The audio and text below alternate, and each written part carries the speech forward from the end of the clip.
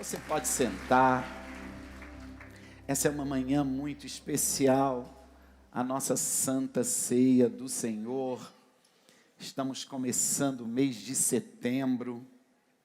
Sabe o que é o mês de setembro no calendário bíblico? Geralmente é o mês aonde inicia o ano novo judaico. E o que significa isso? É o mês, geralmente no final de setembro ou no início de outubro, que acontece a festa do tabernáculo ou a festa da colheita. O Senhor manda celebrar, porque Ele trará uma colheita abundante sobre nós. Eu quero liberar um decreto sobre setembro. Setembro será o mês de uma colheita abundante sobre você e toda a sua casa. Se alguém tem fé e crê nisso, toma posse em nome de Jesus. Amém? Levanta a tua mão bem alto. Você que está participando online, faça isso na sua casa. Levanta bem alto e diga: setembro, eu declaro, diante da terra e dos céus, você é o mês da grande colheita na minha vida e na minha casa. Em nome de Jesus, está determinado. Amém? Glória a Deus. Você sabe que todo domingo a gente chega aqui e diz: esse final de semana foi extraordinário. Mas é que todos são. E todos acontece alguma coisa. Tivemos a conferência Connection dos jovens. Foi algo sobrenatural, uma unção, um mover de Deus sem precedente. E lá nos Estados Unidos teve o Princes, o Congresso de Mulheres, que foi algo também extraordinário, o Congresso de Mulheres lá na Embaixada Church, lá nos Estados Unidos. Deus fez algo sobrenatural. A pastora Eliana estava pregando ontem lá, eu pregando aqui, e era nosso aniversário de 28 anos de casado. E 28 anos de casado, eu aqui e ela lá. É porque nós entendemos algo, que foi o Deus que nos uniu. E o chamado dele na nossa vida está acima de qualquer coisa. Quando ela chegar, a gente comemora. Mas ontem foi um dia muito, muito, muito especial. 28 anos de casado. E eu louvo ao Senhor pela esposa que Ele me deu. Eu conheci ela em uma conferência. Tinha um voto com Deus, ela também tinha um voto com Deus. Começamos a namorar já sabendo que iríamos casar. Eu pedi para o pai dela, ao meio-dia, se eu poderia namorar com ela. Ele concordou. Às 5 horas da tarde eu estava passeando na praia com ela e eu pedi a mão dela em casamento, no mesmo dia. E ela aceitou. E a gente marcou a data. Nós nos vimos 10 vezes. A 11ª a gente estava na igreja, indo para o altar casar. Então, estamos juntos há 28 anos. Ela é minha alegria. Ela é a pessoa que pagou o maior preço nessa terra por mim. Ela deixou a família dela aos 18 anos. Saiu do Espírito Santo e veio morar em Balneário Camboriú.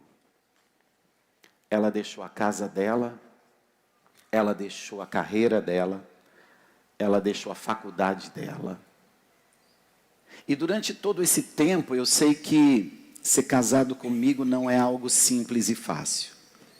Eu penso 10 coisas ao mesmo tempo e faço 12.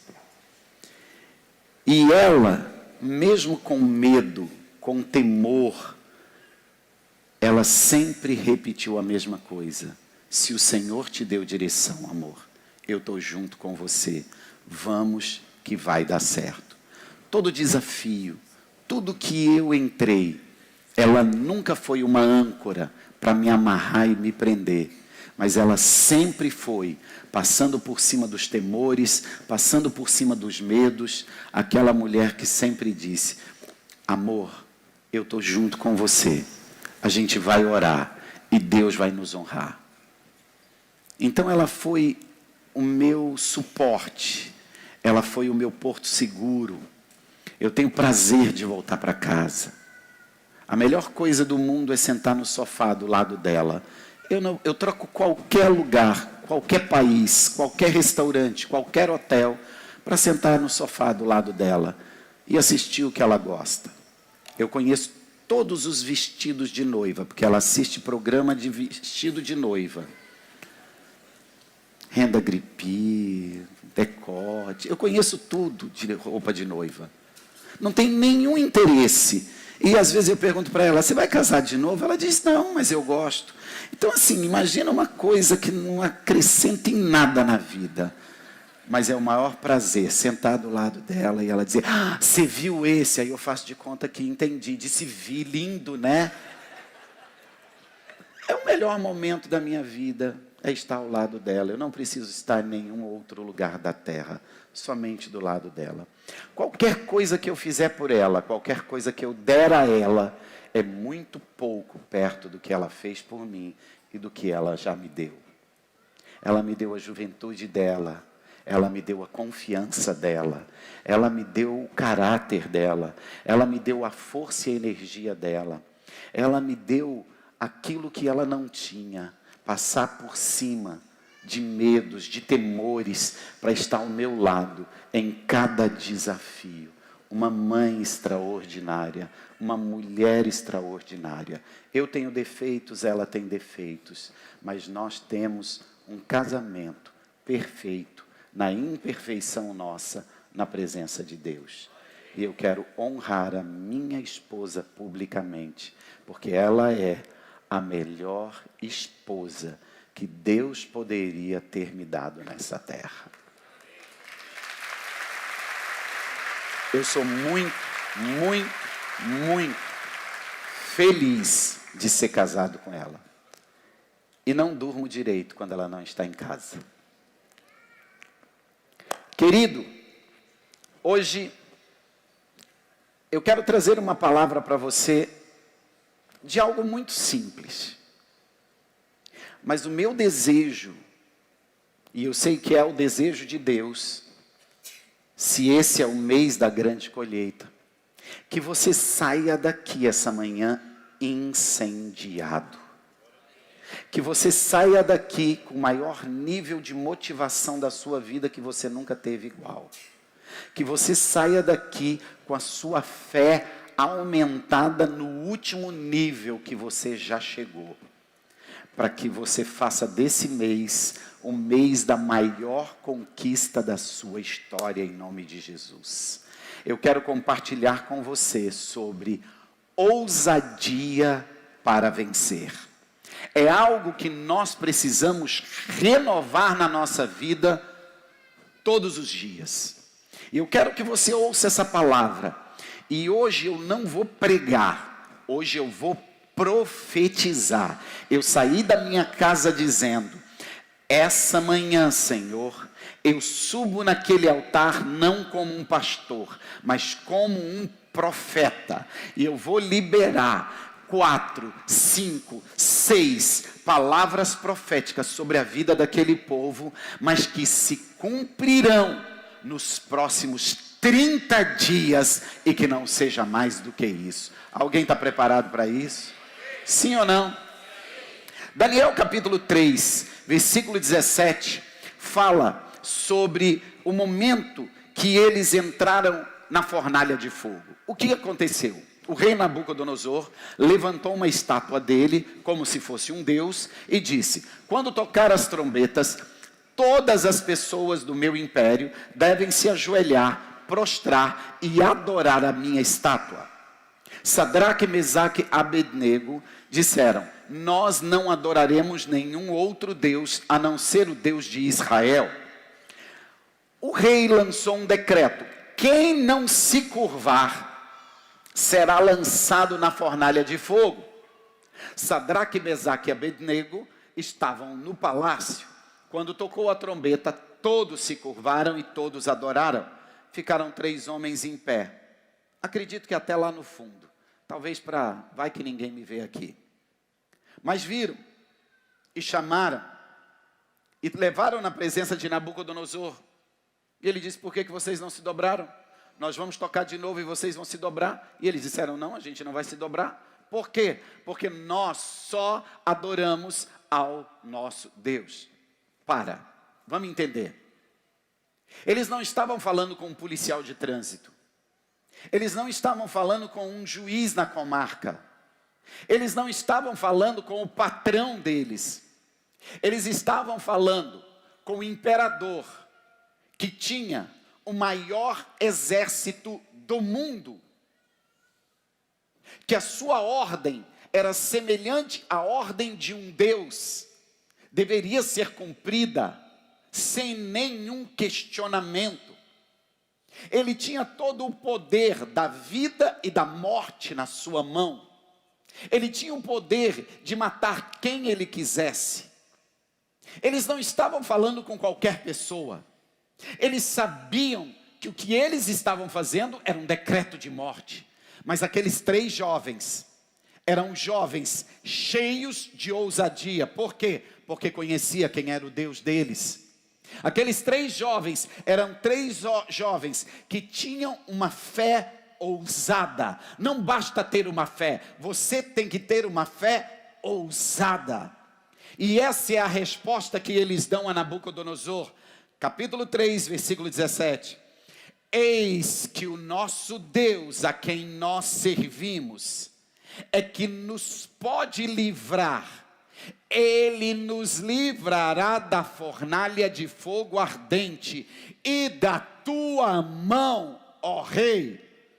E se não, fica sabendo, ó rei, que não serviremos a teus deuses, nem adoraremos a estátua de ouro que levantastes. Sabe o que eles estão dizendo? Não vamos dobrar. E se Deus que nós servimos deseja, Ele vai nos livrar da fornalha do Senhor. Mas vamos lá, e se Ele não nos livrar?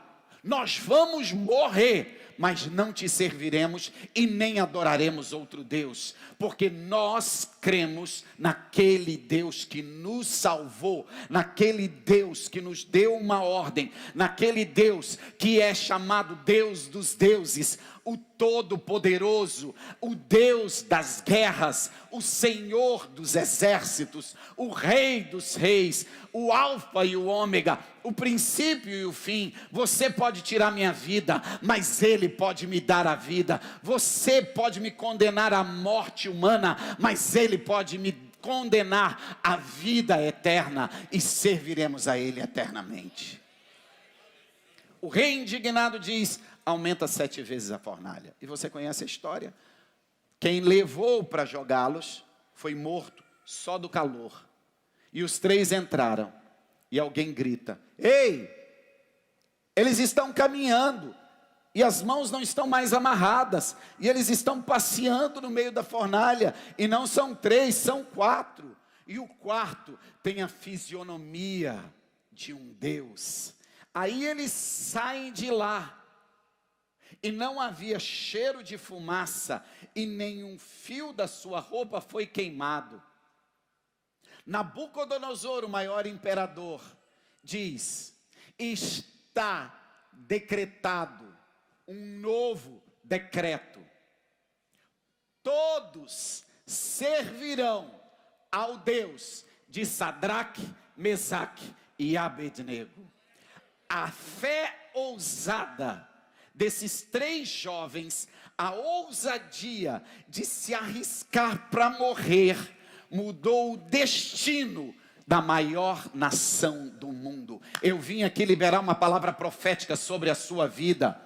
a sua covardia, o seu medo, a sua falta de fé te levará à ruína, te levará à escassez, te levará a uma vida medíocre. Mas se essa manhã, diante desse altar, você se encher de uma fé ousada, de uma fé para vencer, a sua ousadia na fé fará com que a história da sua família, a história da sua casa, a história do lugar que você trabalha, a história do seu condomínio, do seu bairro, dessa cidade, será mudada para sempre, porque Deus honrará a tua palavra e fará cumprir nos céus e na terra aquilo que sair da sua boca. Ah, essa palavra é só para quem entende e tem fé, só, não é para qualquer pessoa. Levanta a tua mão bem alto e diga: a minha fé ousada fará com que os céus e a terra cumpra a palavra que sair da minha boca. Meu Deus do céu, alguém está entendendo o que eu estou pregando aqui?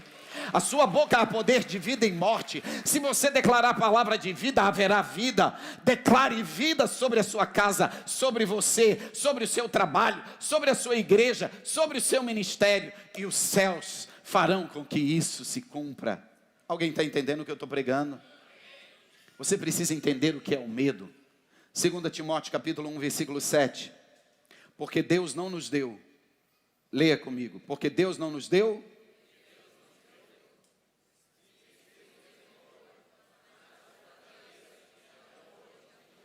vamos lá, de novo. Porque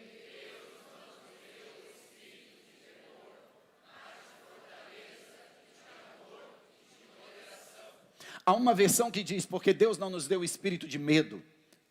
Diga, medo é um espírito. Quem disse isso? A Bíblia. Eu não vou contestar. Isso não é uma invenção minha, está escrito. A Bíblia diz, resisti ao diabo, e ele fugirá de vós. O medo é um espírito que deve ser resistido por você, através da ousadia. Todas as vezes que você tiver medo, se revista de uma ousadia na fé, se levante e enfrente esse espírito, ele fugirá de você, e você será mais que vencedor. Meu Deus, alguém está entendendo isso, sim ou não? Sim ou não? Eu quero te mostrar como ser ousado, dentro de uma história, os valentes de Davi. Davi tinha um grupo de pessoas, bandidos, fugitivos, excluídos. Davi reúne esse povo, começa a discipular. No final, a Bíblia diz, estes são os valentes de Davi. E há um texto em 2 Samuel, um capítulo inteiro, que só fala dos valentes de Davi. E eu quero te mostrar, na prática, o que é ser ousado, o que é ousar na fé, como fazer isso, através dos valentes de Davi. Aprenda com esse exemplo. A primeira coisa que você precisa fazer, se você quer ser ousado, é agir sem medo da oposição. 2 Samuel capítulo 23, versículo 8. Estes são os valentes de Davi: Josebe Basebete, filho de Taquemone, o principal dos capitães. Este era Adino, o asnita, que se opusera a 800 e os feriu.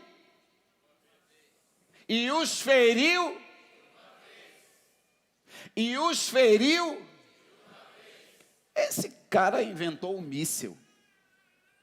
Como que ele fere 800 de uma vez? Entenda o que é ser ousado. Diga, ousadia é não ter medo de enfrentar oposição. Era 800 contra 1. Agora é engraçado que às vezes você enfrenta oposição no trabalho, na escola, dentro de casa, na igreja, aonde você vive, e você sai murmurando, reclamando, chorando e dizendo que vai abrir mão, vai largar tua família, vai sair do teu emprego, vai abandonar a tua igreja. É engraçado que o valente de Davi é 800 contra 1. Você é uma criança da escola, é uma cunhada da família, é um primo distante, é um endemoniado não convertido dentro da igreja, e você abandona. É 1 contra 1 e você já está abandonando. Imagina a hora que for 100 contra 1. Imagina quando Deus te chamar para ser um político e há uma cidade contra você, é um estado contra você. Imagina quando Deus colocar uma ideia e você começar uma empresa, 100 concorrentes contra você. Se hoje você desiste 1 por 1, imagina como Deus pode te prosperar e te abençoar nos negócios, como Deus pode te abençoar e te prosperar na família, como Deus pode te prosperar no ministério.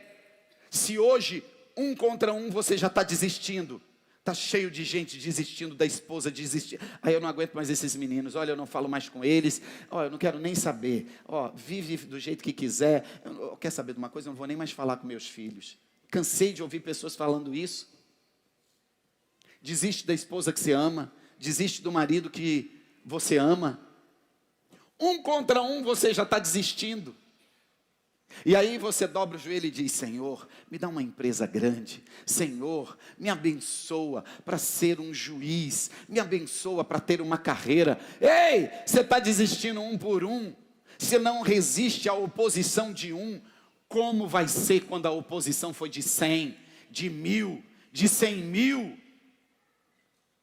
Ousadia é não ter medo de oposição. Essa manhã eu vim aqui liberar uma palavra profética sobre a vida de alguém. Toda oposição que existe hoje contra você e a sua casa cairá por terra. No lugar se levantará favor de Deus sobre a sua vida, se você for ousado. Meu Deus, é para alguém essa palavra aqui essa manhã. Levanta a tua mão e diga: ousadia é não ter medo de oposição. Você vai sair daqui hoje, você vai voltar naquele lugar que você trabalha, e você vai colocar os teus pés, e vai começar a reinar em glória. Eu estou liberando uma palavra. É mais fácil o teu patrão, que é dono do negócio, ser demitido do que você. Você não está entendendo o que eu estou falando. Você não está entendendo o que eu estou falando. E todos que armaram para te destruir serão abatidos sobre a terra. Isso não é para covarde, isso é para quem não tem medo de oposição. Pastor, é isso aí.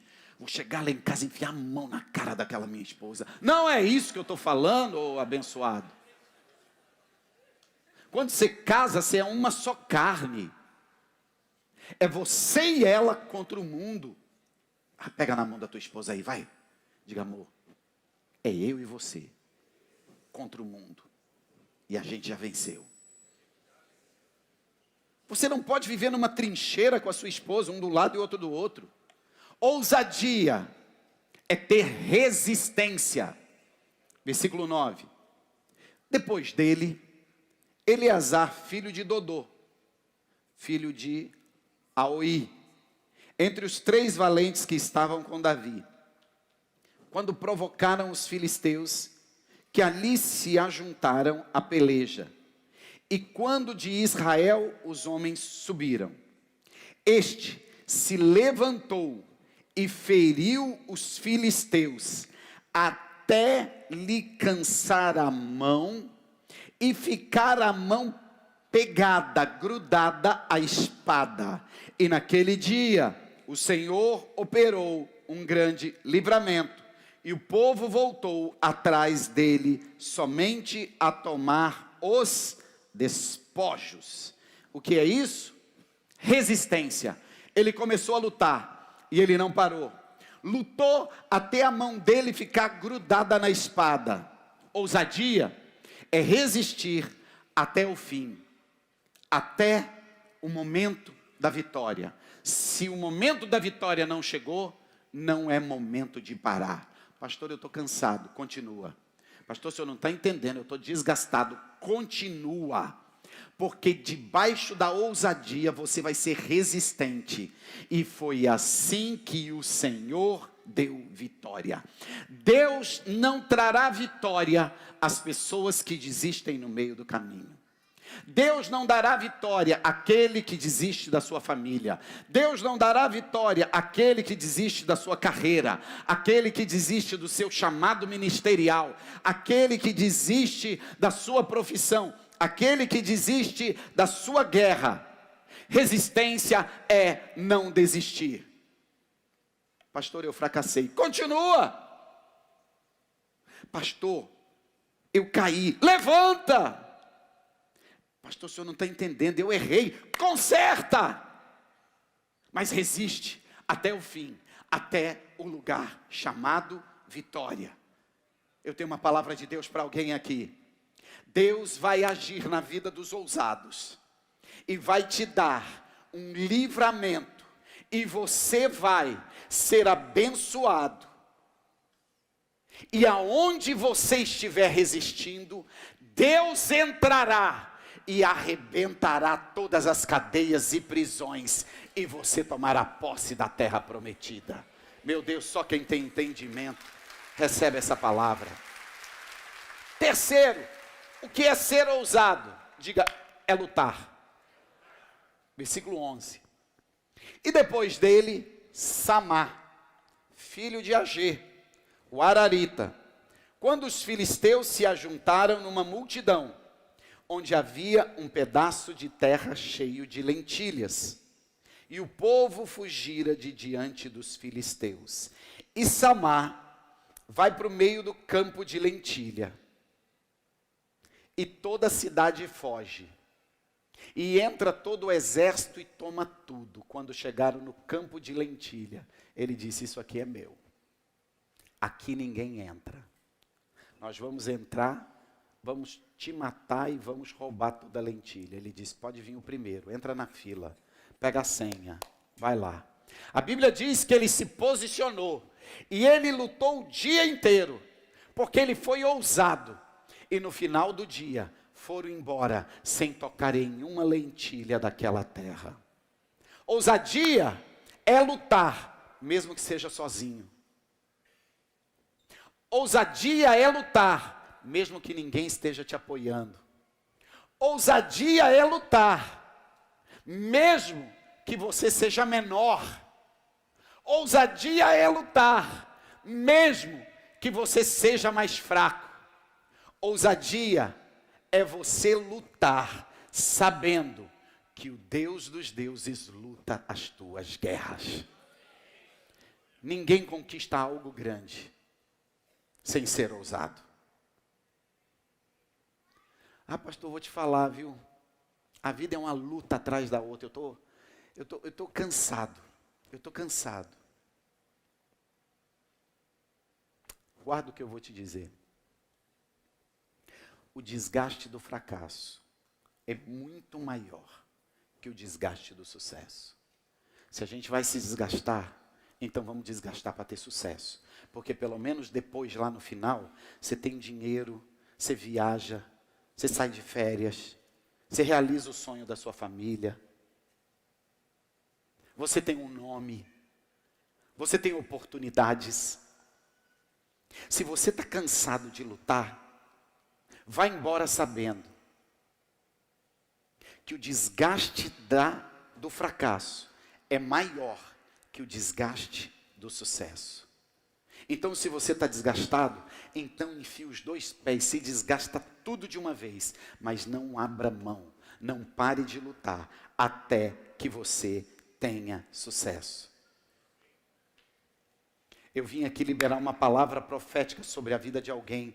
Se você crê, levanta a sua mão. Os ousados não desistem, porque estão sozinhos. Não desiste porque são menores. Não desiste porque são pequenos. Mas você e o Senhor Deus são a maioria. E não importa o tamanho do seu desafio ou do gigante. Em horas ou dias, Deus te dará vitória nesta luta. Ah, meu Pai do céu, se alguém estava precisando dessa palavra, creia nela. Diga: ousadia é arriscar. Então aqueles 3 valentes romperam pelo arraial dos filisteus, tiraram água da cisterna de Belém, que estava junto à porta, e a tomaram, e as trouxeram a Davi. Porém ele não quis beber, mas derramou perante o Senhor. 3 valentes de Davi escutaram Davi dizer: ah, Belém está sitiada pelos inimigos. Tem um poço de água na entrada da cidade. Se eu pudesse tomar um pouco de água do poço de Belém. Ouviram? Escuta isso. Davi não pediu, Davi não mandou. Os 3 foram. Entraram no meio do arraial dos inimigos. Baixaram, pegaram água e trouxeram. Fomos lá em Belém, buscamos água para você. Ele disse: vocês são malucos? Essa água custa a vida de vocês 3. Vocês se arriscaram. Eu não posso beber essa água. Vou oferecer como oferta ao meu Deus. Escuta isso. Ousadia é se arriscar. Ousadia é correr risco.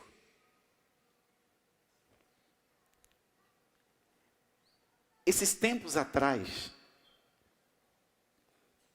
em uma outra igreja, longe, longe, longe daqui, não foi aqui, foi numa igreja, longe, longe daqui. No final de um culto, um casal veio falar comigo e disse: pastor, namoramos há 15 anos e precisamos tomar uma decisão se vamos casar ou não. Eu disse: o quê? Como é que é? A vontade era de falar algumas coisas, mas eu sou pastor, eu estava do lado do púlpito, era domingo, a igreja estava cheia, né? Não era lugar para pecar. Não existe lugar para pecar, mas ali também não era lugar para pecar. Se você quisesse pecar, pelo menos pecasse lá fora, né? Eu disse: você está de brincadeira? Aí a moça vira e diz assim: mas estamos em santidade. Eu falei: piorou? Não que eu queria que eles estivessem em pecado. Não edita minha frase aqui não, que fica feia lá fora. Não que eu quisesse que tivesse em pecado. Mas peraí. Você é XY e ela é XX. Você tem testosterona. 15 anos namorando. E vem me perguntar, ora por mim para saber se a gente deve casar ou não. Eu disse: gente, eu não vou orar por vocês não, vocês estão de brincadeira. Cria vergonha na tua cara, você sai por ali, amanhã cedo você vai lá no cartório, leva todo o documento dessa menina, 15 anos enrolando ela, vocês entram nesse negócio aí, daqui 30 dias chama um pastor, abençoa a casa e vai para a galera. Que isso? Hoje, nós temos uma geração frouxa. Eu acho que na maternidade viraram a torneirinha e injetaram progesterona nos homens. Eu acho que os homens não têm mais testosterona. Porque na minha época, eu encontrei a Liana 10 vezes, na 11ª a gente casou. Eu era crente, ela era crente. Virgem. Meu filho, só tinha uma solução. Papel, assinar, pastor, abençoar e vamos embora. Os homens têm medo de casar. E quando casa aos 44 anos, vem dizer assim: pastor, estamos orando para que Deus fale conosco qual é o tempo melhor para a gente ter um filho. Na próxima encarnação, infeliz. Porque nessa não nasce mais nada. Já não tinha testosterona para casar, imagina agora. As pessoas não têm coragem de assumir uma mulher, de assumir um casamento, de sustentar uma casa, de fazer 5, 6, 7 filhos. Não tem coragem de abrir uma empresa, de sair na rua para vender, de estudar, de arrumar um emprego. Tem medo de se arriscar. O que é isso? Falta de fé. Você precisa conhecer Jesus Cristo de Nazaré, que morreu na cruz do Calvário para te dar vitória, vida abundante nessa terra. Você tem que conhecer o Deus dos deuses, o Rei dos reis, o Senhor dos senhores. Deus quer levantar uma geração de homens e mulheres que se arriscam nos negócios, no ministério, na família, em todas as áreas, e sai do outro lado mais que vencedor. Meu Deus, essa palavra tem que ser para alguém frouxo aqui essa manhã. Pastor, o senhor está falando para a gente correr risco. Meu filho, só de você estar vivo, você está correndo risco. Você pode ter um infarto aqui. Se tiver, tenha lá fora, pelo amor de Deus. Você pode sair e ser atropelado. Não é misericórdia. Só de estar vivo, você está correndo risco. Eu vou contar uma coisa para você, só morre quem está vivo. Você sabia disso? Meu filho, escuta o que eu vou te dizer. Os que se arriscam em ficar parado para ver se terão sucesso, eles têm um nome: fracassado. Mas existe os que se arriscam lutando com gigantes para ter sucesso. Esses são os vencedores. Existem 2 tipos de pessoas: os que se arriscam em ficar parado e ver o que vai dar, e os que se arriscam em lutar para ter vitória. Qual desses 2 grupos você quer estar? Qual desses 2 grupos você quer ir? Se você decidir ser ousado, levanta a tua mão e eu tenho uma palavra profética para você. Se você for ousado e se arriscar na fé, de ir para cima, casar, ter filho, comprar, vender, entrar no ministério, abrir teu próprio negócio. Se você for ousado e se arriscar na fé, você será condenado a viver as grandezas de Deus aqui na face da terra. Ah, meu Deus do céu, é para alguém essa palavra. Quinto, versículo 18, também Absai, irmão de Joabe, filho de Zeruia, era a cabeça dos 3, e este alcançou a sua lança contra 300, alçou a sua lança contra 300, e os feriu, e tinha o seu nome entre os 3. Escuta o que eu vou te falar. Ousadia é se destacar. Ousadia é ser o melhor na sua área. Você tem que ter ousadia para estudar. Você tem que ter ousadia para aprender. Você tem que ter ousadia para trabalhar. Você tem que ter ousadia para ir para frente. Você tem que ter ousadia para exercer sua função. A pressão do fracasso é maior do que a pressão do sucesso. Então, se coloque debaixo de pressão para ter sucesso, para que você se destaque. Eu quero liberar uma palavra profética aqui. Deus vai levantar influenciadores nessa igreja, que serão os maiores influenciadores dessa nação na sua área. Pessoas que serão influências na área política, pessoas que serão influências no judiciário, pessoas que serão influências no meio empresarial, pessoas que serão influência no meio dos profissionais liberais, pessoas que serão influências no meio ministerial. Deus levantará, e eu estou profetizando, homens e mulheres que serão os maiores influenciadores dessa nação. Se você se levantar com ousadia na fé, Deus abrirá a tua mente e te mostrará um caminho de ousadia e te fará um destaque nessa nação, e você se tornará um dos maiores influenciadores. Se essa palavra é para alguém, meu Deus do céu, alguém toma posse, celebra, faz alguma coisa em nome de Jesus. E eu termino com isso. Diga: ousadia é ser valente. Olha o versículo 20. Então Benaia, filho de Joiada, filho de um homem valoroso de Cabzeel, grande em obras, este feriu 2 fortes leões de Moabe. E desceu ele e feriu um leão no meio de uma cova, no tempo da neve. Meu Deus do céu, encarar um leão é loucura. No meio da neve, o leão está escondido numa caverna. Você fala: eu tenho que me esconder naquela caverna, porque senão eu vou morrer de frio.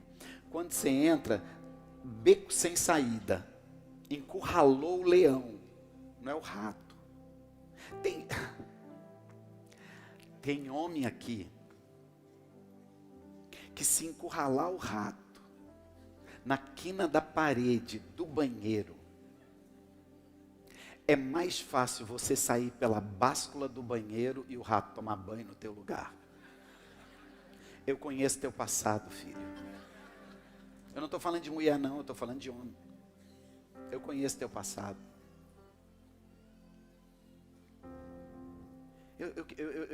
Eu não queria falar isso. Eu sei que é muito humilhante. Mas tem homem aqui. Gente, eu estou com vergonha. Que chama mulher para matar uma barata. Que chama esposa. Amor! Barata. O cara entra numa caverna, encurrala o leão. E ele mata o leão, joga o bicho para fora e fica lá, se esquentando. O cara tinha matado 2 leões. Entra numa caverna e mata mais um. Também esse feriu um egípcio, homem de respeito. E na mão do egípcio havia uma lança. Porém Benaia desceu a ele com um pau. Você não sabe o que é cajado, não? Pau. Desceu com ele um pedaço de pau. E arrancou a lança da mão do egípcio. E matou com paulada. Não está escrito aqui não, eu acabei de inventar, mas é o que eu imagino. E matou com a sua própria lança. Deve ter dado uma paulada, o cara caiu, pegou a lança, matou ele. Tu está entendendo o que eu estou falando? Ousadia é ser valente. É matar leão. É entrar na cova, arrancar o leão lá de dentro e ficar lá dentro. É descer diante de um guerreiro com uma lança, com um pedaço de pau, arranca a lança dele e mata na paulada. Ser valente é enfrentar coisas maiores que você. Ser valente é entrar num desafio maior do que o que você suporta. Ser valente é você encarar algo maior do que a sua capacidade. Davi só se tornou rei porque quando era garoto enfrentou o maior inimigo de Israel, Golias. Ser valente é ter atitude. É ver que a sua família está com falta de dinheiro, arruma um segundo emprego, um terceiro, um quarto.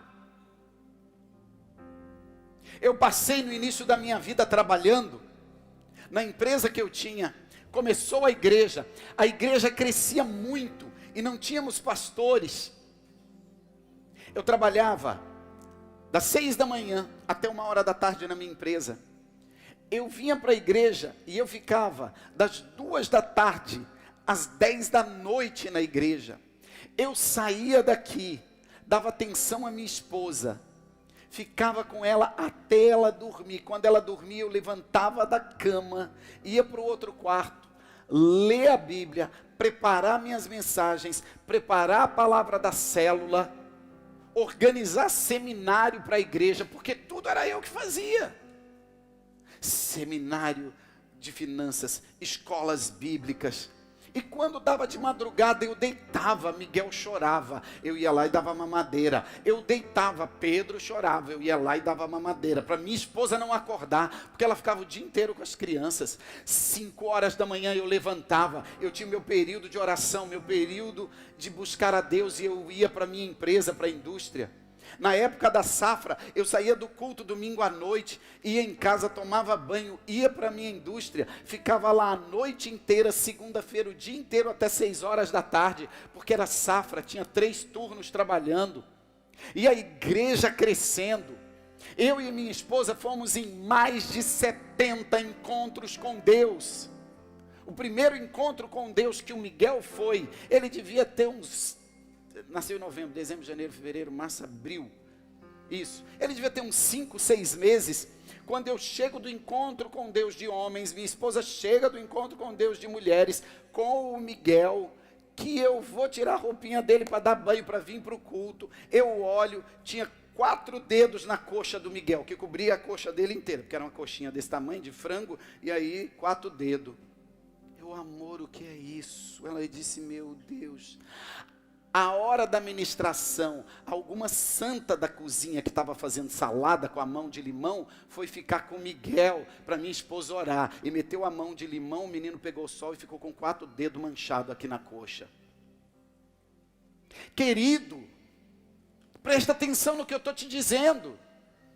Eu trabalhava de domingo a domingo, de manhã, de tarde, de noite e de madrugada. Pastor, isso está certo? Por um tempo, sim. Se você quer conquistar alguma coisa na tua vida, folgado. Por um tempo, sim. Se você quer construir um ministério como este. Esse é o primeiro culto desse domingo. O segundo vai ter mais gente do que esse. E ontem tinha um povo aqui que não está aqui hoje. E quinta tinha um outro povo aqui que 80% de quem estava não está aqui hoje. Se você quer construir uma família, se você quer construir uma vida profissional próspera, sim. Ah, pastor, tem que ter hora para dormir. Tem.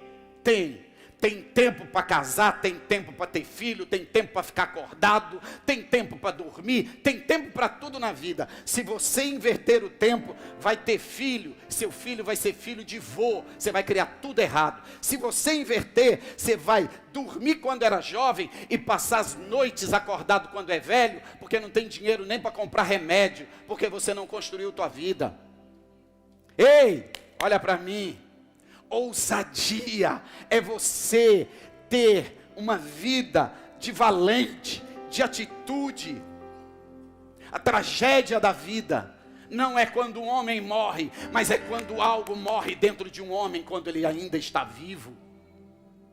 Eu vim aqui essa manhã liberar uma palavra profética sobre os ousados, sobre a vida daquele que decide ousar na fé, daquele que decide ser valente, daquele que decide ter atitude.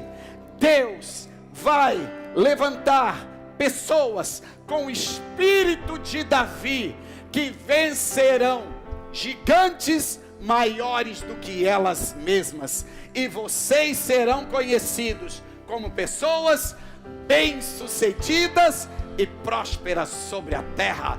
Se essa palavra é para alguém, se coloca de pé, celebra.